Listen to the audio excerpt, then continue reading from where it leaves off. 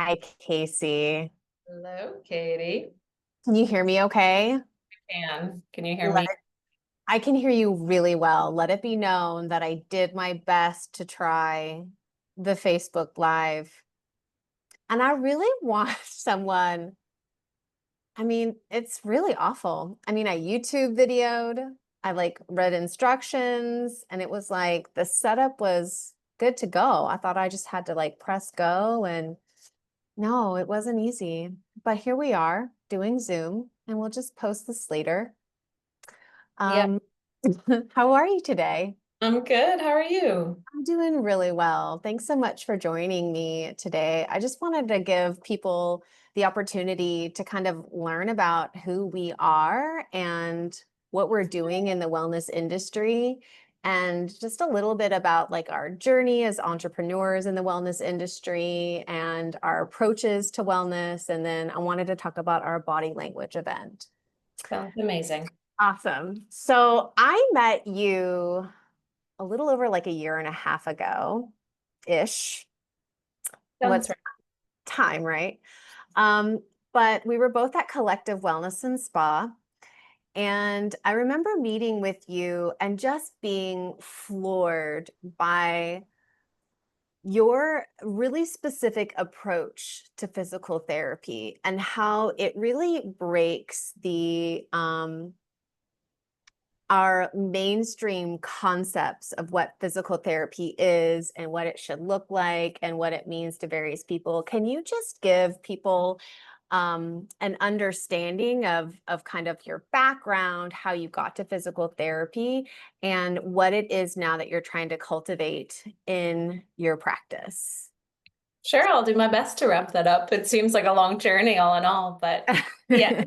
But I've been a physical therapist going on about 15 years now, and started just in a basic outpatient orthopedic world and did a lot of manual therapy and first kind of found some inklings of move in a different direction when I would treat somebody with like the exact same symptoms, and somebody would do really well with manual therapy and exercise, and other people would have no change in their symptoms, right? And that's really easy for PTs often and other people in the medical professional saying, well, it's the patient's fault or it's something else, right? But that never really sat right with me. And so that kind of started a journey into seeing what else was out there and what I was missing, and took me down road of more using holistic measures. So whether that's yoga, medical therapeutic yoga, mindfulness and meditation, acceptance and commitment therapy, even nutrition and healing and pain.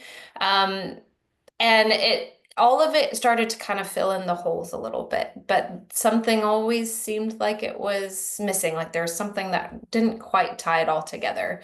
And then I just really accidentally came across kind of an understanding that's called the three principles, that I don't necessarily call in working with people, but it really describes how we work as human beings. And that was kind of the final piece of the puzzle that kind of made it all clear for me. And so the way that I work with people is I get to pull from all these beautiful treatment modalities I have, whether it's mindfulness, meditation, yoga, nutrition, or manual therapy, needling, all of that good stuff. But something really magical happens when people really understand that connection between our body and our mind and our mind and our body. And that's, ultimately kind of why I think we connected, and why this conversation, that's scheduled for next Thursday is actually on the books, because I think it's a very critical piece, that's missing for people. And I think when that kind of opens up, the potential for an easier path to healing kind of opens up. So, yeah. Yeah, I love that mental component because, you gave the example of, totally just going to paraphrase here because it's been a long time, but, if there's somebody who has lower back pain, is there some trauma, emotional trauma somewhere in the past that's now manifesting in the specific way that's causing this misalignment or this inflammation? And you being able to really sit with your clients and have a conversation with them, and having them really explore the relationship to pain is this pain that they're experiencing manifesting from an emotional root cause? Or like you said, is this in past conversations, is this coming from um, this deep like hidden trauma that you experienced? I thought that was so fascinating how you're incorporating that into all of these modalities that you're already working with. Yeah, thank you. Yeah, absolutely. And it ends up being, I used to think there had to be a specific structure. You do this and then you do this and then you do this, but everybody comes with something different, right? So everybody needs some varying combination of it all. But yeah, when you can understand how we think and how we think affects how we feel, that's a really, really powerful understanding. Yeah. Um, Tell me what got you interested in all of the mind body connection personally. Well, my story is very colorful, I'll say.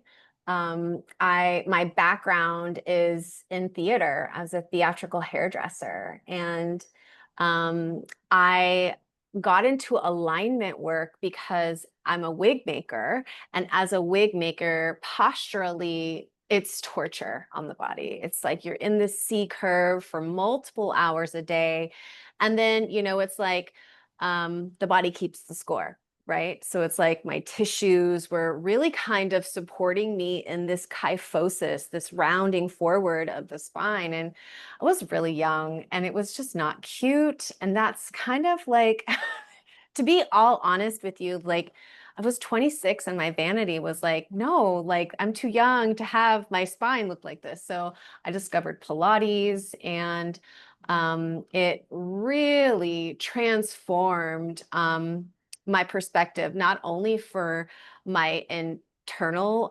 composition and how I'm holding myself, but just being able to kind of like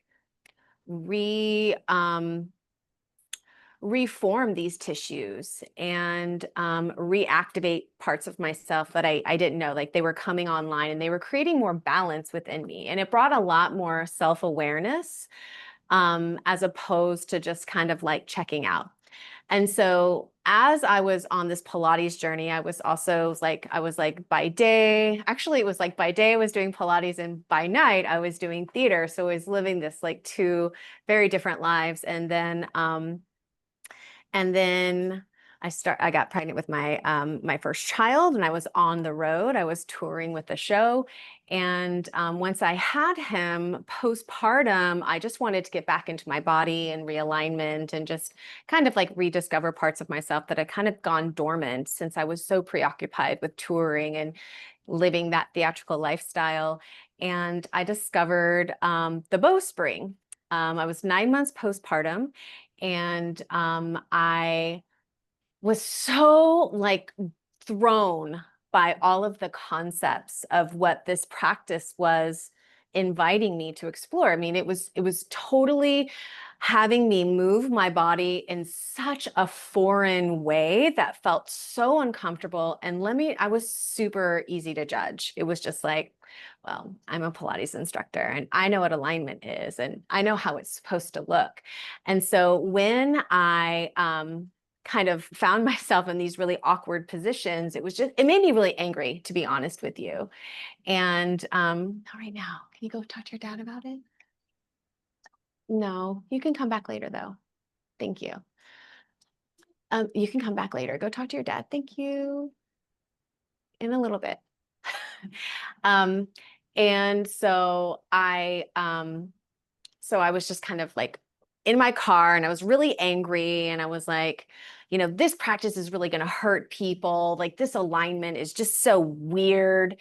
But then I felt this like inner electricity, and it was moving up my spine. And for somebody who had really been building their sense of internal awareness and their body awareness, like it kind of threw me for a loop, because I was like, this weird practice has made me feel really quite alive. Like I felt my I felt buzzing in my whole body. And I was like, what is this? And then it just took me down this huge rabbit hole of every time I'd come to visit my parents.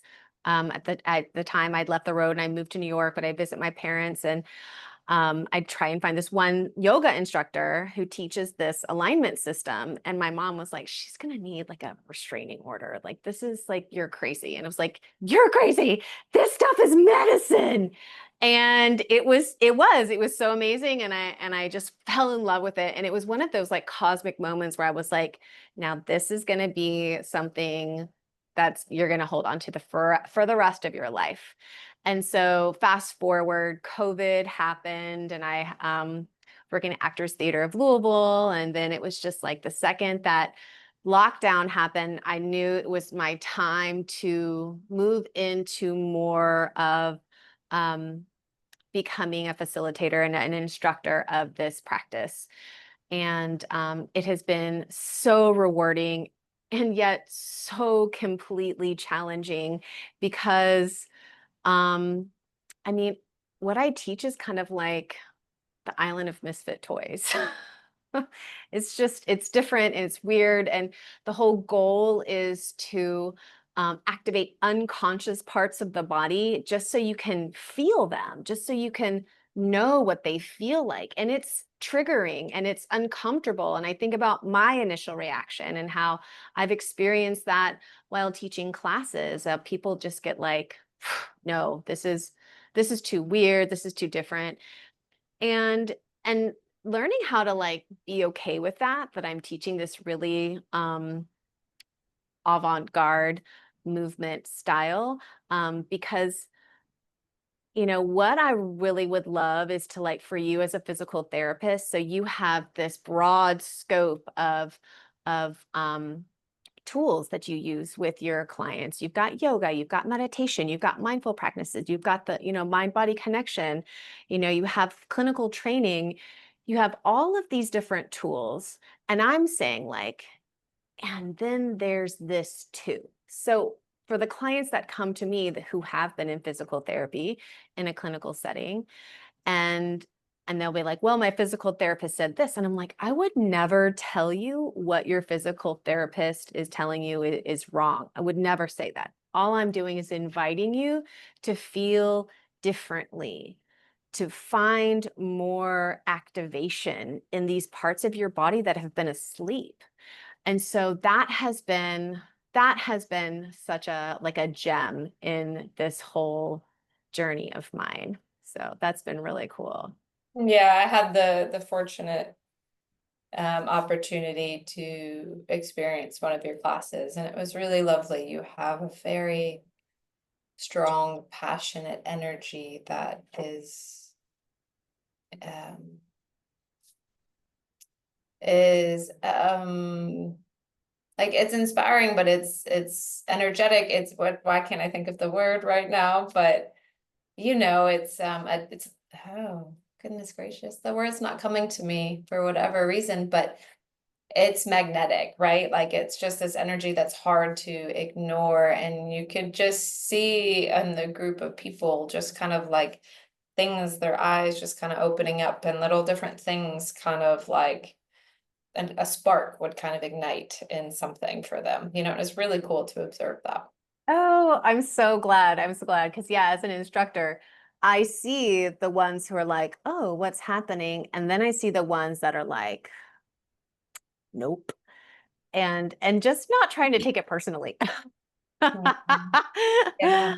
I Um, mean, sure, as providers, there's always more stuff to learn, right? But at the end of the day, all we can ever do is share information and share a gift, and it's for people to decide whether or not to pick it up, right? Totally, That's it. totally. Yeah, yeah. And that just kind of threads into our event that's coming up on Thursday, right? Not only is there, something for everybody, there's enough for everybody. There's, each body, each embodiment, each vehicle is drawn to different things. And, what really lights you up? What really makes you strengthen that body-mind connection? And then in turn, what is that visceral response? Like, what is that like, whoa, that just that initial reactive component of this embodiment. And I think about our body language event on the 21st and how, we can talk about, day-to-day life where, you go to the office and you sit down at your desk and you have a coworker who has to work really closely with you, but you just like can't stand them. And so it's learning to like, how can I find this inner peace or inner regulation to get this project done while not stiffing up and being like volatile while this person is around, just to give an example. So Yeah. what are your thoughts on that?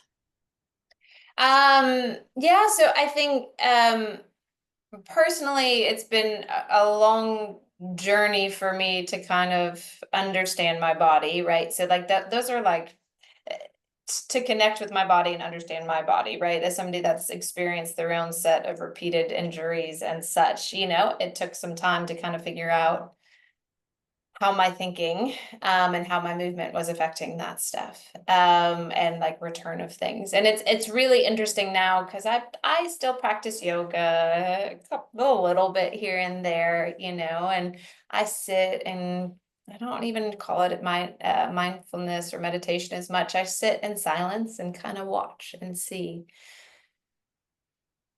What's been most helpful for me is as often as I can, whenever I can, I come back to here. And some really amazing things happen when I do that. And as I come back to here, I notice patterns, right? I notice the patterns of movement, the patterns of clenching, the patterns of tightness that I have that are behaving in a way that I think are protecting, or behaving in a way that I think are helping, or not even thinking, subconsciously think are helping me to, achieve something. And when I come back to now, that's my chance to change it, right? And it's been a really lovely thing because what started as a journey of fixing and self-judgment on my imperfections and areas that need growth have turned into simply just a journey of exploration, self-love, and the acceptance just kind of bubbles out from there, right? It's not even an act that I have to do. And I think that's where the opportunity for real change happens, right? And then you get to take it anywhere you go, right? You get to take it on the mat. You get to take it to work. You get to take it home with your family, right? You get to take it when you're out and exercising, because so many people get in their head that the idea of exercise is to get strong, and they don't even realize they're hurting themselves as they do it because they get lost in the very effective ego, right? The expectation, Yeah, either exactly. personal or external. Yeah, absolutely. And so much of what I hope to share in body language in this conversation, and what I offer up in conversations for those of my clients and patients who are open to it, and it seems more and more that those are the people that find me, or the people that are interested in it, is how to come back to now, how to know when we're not here, and how to figure out the stories that we're telling ourselves, the stories that we're believing inadvertently that just are on repeat, whether we're the ones telling them or not, and Mhm. how we react to those things, right, in Yes, the yes, moment. right. And then that gives them the opportunity to decide, is that right or is that wrong? And when I come back to here, as Eckhart Tolle and all the very wise people have said, it's like there's the power of now. There's nothing wrong in this moment when you come back to now. Now, that's not saying there aren't bad things happening in the world, right? But when you come present, right, it's amazing how the stories start to fall away and your body can come back to ease. And Mhm. that's honestly, I think that's where the power is. So. Yeah. So what I'm hearing from you, to kind of just sum up that beautiful explanation, I just love all your word choices. It's so wonderful to chat with you. But essentially, I'm hearing presence and choice. Yeah, one of my all-time favorite quotes is a Viktor Frankl quote, and he says I'm paraphrasing probably, but it says in between stimulus and response in space is space, and in that space is our power to choose, Mm, and in that choice is our freedom. But the reality is that most of the time there's a stimulus and a response, and there is no space. So we mhm. don't realize we actually have a choice, right? We have a thought and a reaction, but we're already ahead to what's next. We don't even realize that we're having this thought and this reaction, right? And Right. then we're judging the reaction, and then we're already, somewhere else. Mhm. But when you can slow down the mind, when you can slow down even just, I mean, it's a fraction of a second is all it takes that you notice the space that's always there, then you get this chance to choose. Absolutely. But if you don't know their space, you don't get the chance. Right. Right. I mean, that just goes to one of my mottos, the more you know, the more you grow. Yeah. I feel like for me, something that I'm excited to bring to the conversation is the awareness of those reactions and what's happening on a physiological level. Like, are you gripping? Are you holding? Are you tightening? I love thinking of, like, so much of the bowspring is learning when to soften and learning when to engage. And the engagement is confusing because, well, first, we're activating parts of the body that aren't used to. So in order to kind of even feel those things, you kind of have to over effort just to turn it on. But it's learning how to soften that, to find the balance between the give and the take, the ease and the effort. Like, where is the balance between that, and how can you bring that into the present moment so that you can be more informed about the choices that you make? Because we have this fight or flight programming in our human body, and that's a really invaluable asset that we hold. We need that. If the house is on fire, we need to get out. Like, there's no, like, do I let the smoke enter my lungs? Like, it's go time. And I think about a training that I was in where my teacher gave the example of a rabbit who just nearly escaped, the clutches of its predator. And he goes into his hole and he shakes it off. He shakes it all off. And is that rabbit holding on to the memory of the predator? Is it sitting there and thinking, wow, like, if I would have avoided going this way and I went that way, would I even the story, the narrative that you mentioned earlier?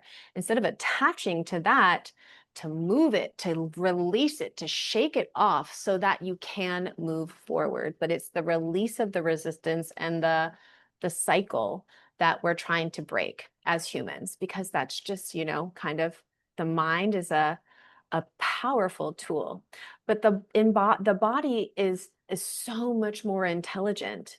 And we've given so much emphasis on mental navigating, like letting our gosh, I just had a really great phrase in my mind and it just went away. But our mental faculties have been the ones that have kind of driven us in these old paradigms, right? And I don't even go as much to say it's these, like, masculine driven paradigms. As women, where we're trying to conform to, rise above and meet these standards. And it's not only is it unsustainable, but it's, we've lost connection to our intelligent body.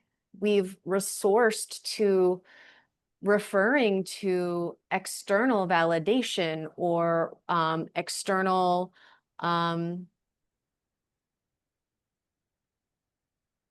prescriptions, instead of trying to find something that is holistic, that, but that can also come from inside of us. Of course, I love herbs and whatever you can use to help heal holistically, but there's so much power that we've given away of our intelligent body. And I would love to see more people at least start talking about what we're talking about here.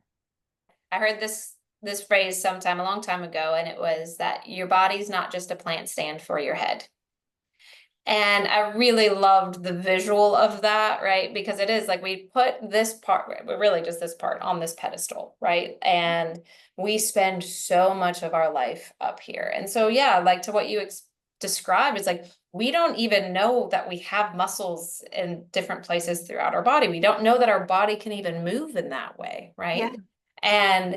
And there is so much wisdom. A lot of times I think about it, it's like the tension we feel in our body is the wisdom of our body trying to bring us back. Like, hey, look, you're somewhere else. You're lost up here. Can you come back? I'm trying to get your attention. Come back. And it's hard because sometimes it can be uncomfortable, right? But that's kind of the point. So your body's like, wake up, come on, like, and the idea of just thinking that this is the only thing that matters is doing, I think, us all a detriment, right? And it's really limiting our capacity for healing. And so, yeah, any conversation is a positive conversation about it, right? Even people that don't see it yet, but are willing to talk about it. Um, and to your point as well, there is no one way, but I find that no right way. There's no prescription. There's no one size fits all. It's no, you do this. And we are all looking for somebody else to tell us what to do all the time, right? Mhm. Mhm. But we do. Our body knows, we know when we can quiet the mind, when things can settle here. Like it becomes a lot more obvious what we need, what we should do, where we might go for help if we need help, because sometimes we do, right? And that's a beautiful thing about living in a community, about living in a societal network, right? We're not here alone, never Mhm. are. Mhm. Mhm. Mhm. Awesome. Thank you so much for sharing that. What a beautiful note to end on. I'm so looking forward to the people who attend this amazing, profound event. And I hope it provides them some insight and, or at least perspective, new perspective on different ways to look at the mind-body connection, that body language. Absolutely. So it's Thursday, August 21st from 6 to 8 at Maybe It's Fate. We will post the link below, but also you can find more details at Katie's website, which is www.realignedbody.com. It'll be in the events tab, and you can register there. And 1425 Story Avenue. And we're looking forward to seeing you there. Thank you so much. bye. Bye.